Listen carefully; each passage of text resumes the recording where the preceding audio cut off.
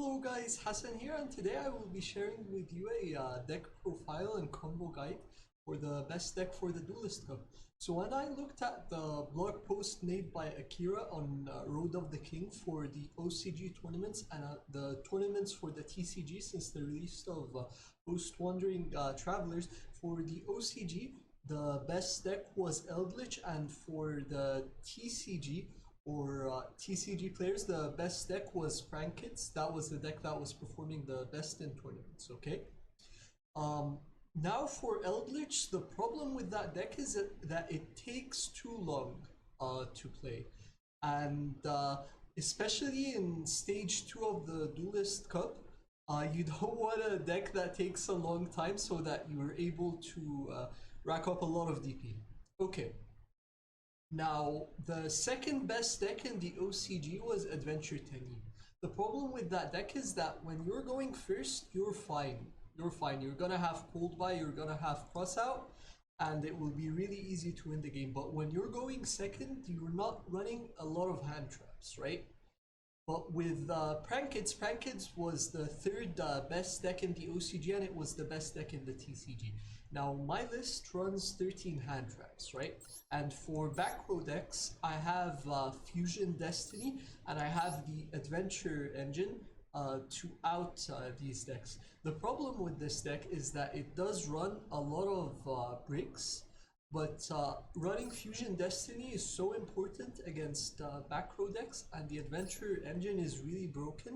So you have to run these breaks, in my opinion. So yeah, that's the reasoning behind why I think this is the best deck. Now let's get into the deck profile. I'm running 3 Effect Veiler. I want to run Effect Veiler because it's really good against Adventure Tenny, and it's really good against Flunderies. It's not as strong against Prankit, but if they only open one Prankit and you Veiler their Dodo, or you imprint their Dodo, they're unable to end on bottle. So there is that, I guess. Okay. We run 2 Fansies, 2 Dropsies, 2 Lampsies, 2 Roxies, and 2 of Place. So Pack was the first person who did these ratios in the TCG, and he also used these ratios in Master Duel. And the way he explained it was that he wanted to have high odds of drawing 1 Prankit and lower odds of drawing 2 Prankits. And that is really good with this deck because you want to draw hand traps, you want to draw your Adventure Engine with your Prankits, and you want to run Fusion Destiny. So in testing, it does reduce your odds of drawing your Prankits by a bit, but if you draw 2 hand traps and the Adventure Engine, or 2 hand traps and Fusion Destiny, that is still really strong in this format, right? And so yeah, that's the trade-off here. Okay. We also run triple Maxi and triple Ash standard, and Ash is actually really good against Prankit. So if you're facing a lot of Prankits, this card is so good. Double Enchantress, 1 Celestial, double Roxy's, 1 Dasher, Griffin Rider, and Nibiru. You want to run at least 1 Nibiru because let's say they're playing Adventure Tenny and you maxi them, you need to have at least 1 Nibiru so that maybe you can stop their plays at some point. Yeah, so the Nibiru is just so that the maxi is stronger. 1 Foolish Burial to get access to the Enchantress. 2 Fusion Destiny, 2 Rite of Iron Niger. Oh, okay, I can't pronounce that name. 2 right. Okay, let's keep going. You want to run 1 Pranks and 1 Pandemonium because you don't want to really draw these cards. You want to search them. 1 Faithful, double Cold Buy. Faithful is really good to protect your Prankids, but I think you don't want to draw it, especially you need a space for a lot of hand traps here. So 2 Cold Buy and 1 cross Out. You could replace these cards with hand traps, but I think going first, you really need your plays to resolve. So for example, with the Prankids, 1 Ash can stop your Prankids play, right? So I think these cards are necessary, and Cold Buy outs DPE, If you're going first, it outs hand traps. In the mirror match, you could cold buy the prank kids. It's just a really good card. One crossout. Yeah, I just after building this deck, I had one slot left, and I chose to run crossout designator because the idea behind it is that I want to protect my plays. Yeah, I want to protect the prank kids. I want to protect the adventure engine, and I want to protect Fusion Destiny so that it can resolve, and also it can stop their name, so it's pretty good. And 3 infinite impermanence. Okay. As for the extra deck, everything is standard except for running Rip Roaring Roaster. So this is my out to Eldritch if they have a skill drain, I guess, and to try to wipe out their back row. But usually with Eldritch, if you don't have Fusion Destiny, yeah, they're probably gonna win the game if they have floodgates. But yeah, this is to out back row decks, and the same thing with Nightmare Phoenix. It can be especially good against like, for example, if they have Gozen match and you have Lampsies, you could summon a token with pranks, and then you can go for Nightmare Phoenix. So it can be good against specific floodgates. Yeah, and I think that 2 Meowmu and 2 Dodo is enough, I guess. And yeah, that's it for the deck profile.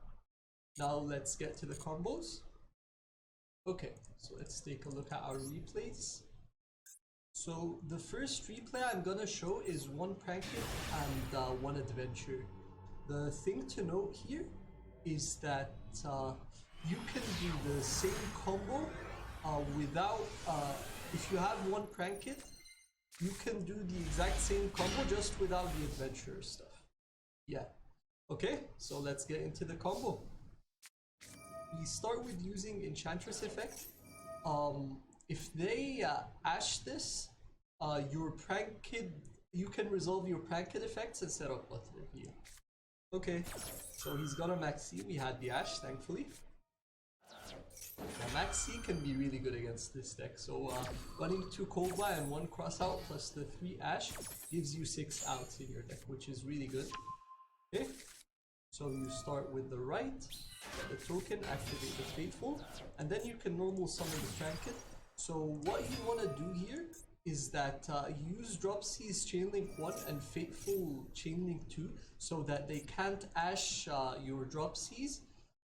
And then you can add the Draco back, add your Griffin Rider for free, summon the Griffin Rider as their 5th summon, as your 5th summon, so they can't snip you. Okay, so now we can go into Dodo. You want to summon your Fansies as your 2nd summon, so that if they imperm your Dodo, you can mill the Pranked spell that you were gonna add with Dodo. You can mill like Pandemonium, for example, if you have access to Butler, or Pranks so that you can set up DPE. And you can summon the other Pranked. You can summon the other Pranked and go into a 2nd Dodo and add whatever spell you sent to the graveyard. So yeah, you want to mill Pandemonium and add Pranks.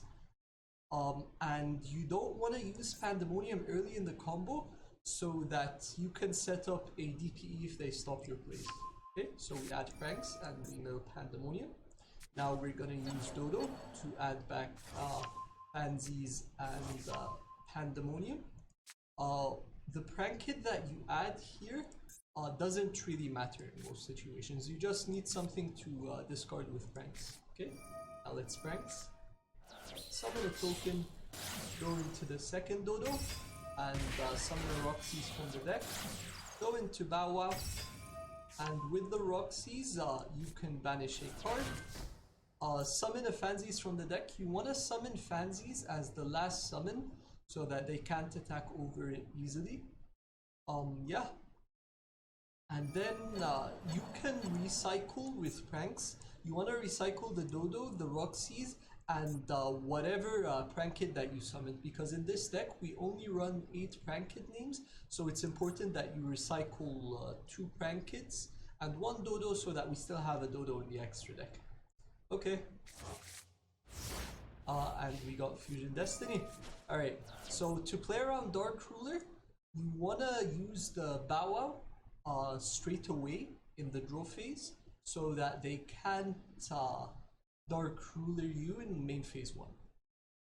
And another thing to take note of is that you wanna try to play around droplets if you can.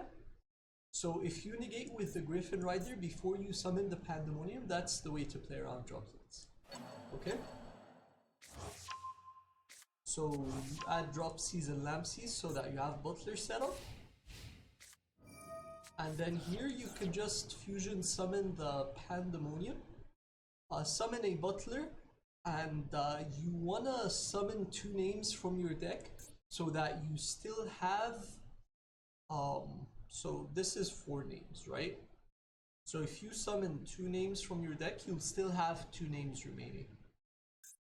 So yeah, you want to summon 2 names to have some names remaining, and summon the Butler in this zone so that they can't Geonator or Relinquished Animate. And that's it for the 1 Pranked combo.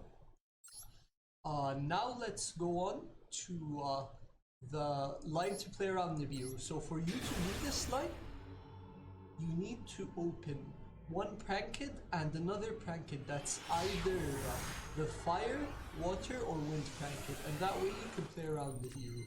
And usually you can do this line if you have hand traps also. If you have multiple hand traps, usually it's very good to do this line because it's a safer line. But if you open the Adventurer package, you don't really need to do that because you can summon the Griffin Rider before your 5th summon. Okay? So let's get into the combo. Okay.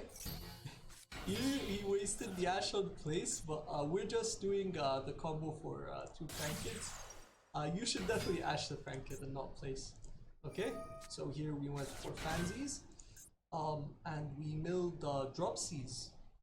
Now here, because we have Fansies in hand, we have to mill the Dropsies, so with the Dodo we can add back the 2 Prankeds that we want.